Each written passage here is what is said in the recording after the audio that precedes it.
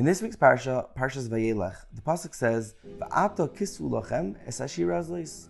The Sefer HaChinuch brings that this is the last mitzvah in the Torah of all the 613 mitzvahs that are listed, that each and every Jew for generations, not just Moshe Rabbeinu teaching it to Klal Yisrael, but each and every Jew has the chiyuv, the obligation to write his own Sefer Torah or buy one. However, the end of the pasuk says, "Laman tia li hashira zois la'ed lebivnei Yisrael," that this shira, this Torah that Moshe Rabbeinu was commanded to write, or Shira Sazina, which is the continuation, is an aid, is a witness, a testimony for Bnei Yisrael. My question is, how so?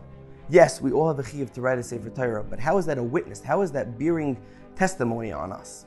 So if you look in the last Mishnah in Pirkei Avos, the second parak in Pirkei Avos, Parak Beis Mishnah Aleph, the end of the Mishnah, it says, "Histakel b'shlosh dvarim ve'ein ata bo lidei avera." You will not come to do an avera if you think and constantly contemplate about these three things, which will be dalam malam mincha, to know what's on top of you. What are the three things? What are the three things that are on top of you that you have to constantly think about?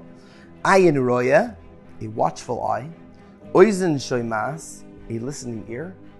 V'chol ma'asecha b'sefer nechtav, and all your actions are constantly being recorded in a book. If you know these three things, then you won't come to do an avera, because you'll understand that everything is being recorded.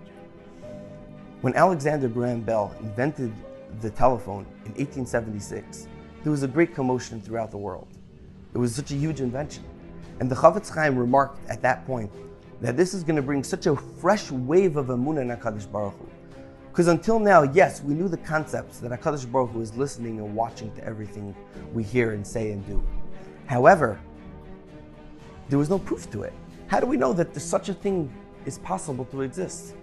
But now that the telephone existed, a person could be in Eretz Yisrael, or in America, or in Australia, or in China, or in Russia, anywhere in the world, and pick up the phone and speak to someone else across the world and yet still know what's going on the other end of the world. That was such living proof that HaKadosh Baruch Hu for sure could do that. But now we saw it physically with our own eyes. Says the Chafetz Chaim, even 10 years later, in 1888, when the first video was recorded, motion picture, Chafetz Chaim said, now we see Ayin Roya, a watchful eye. Hashem could see that everything is recorded. You don't have to be there. You could be videoing something, and then a year later come back and still see what happened at that time on that day. That's Ayin Roya. That's Oizen Shemas. What's that? Hashem commanded us to write a Torah, but not just one Torah that each of us have to have.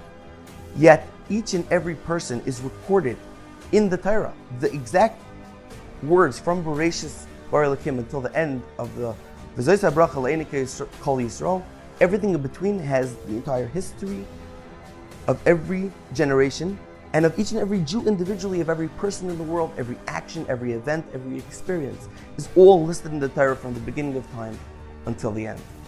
And that is V'chol ma'asecha b'sefer nechtavim. Every action we do is being recorded in the Torah.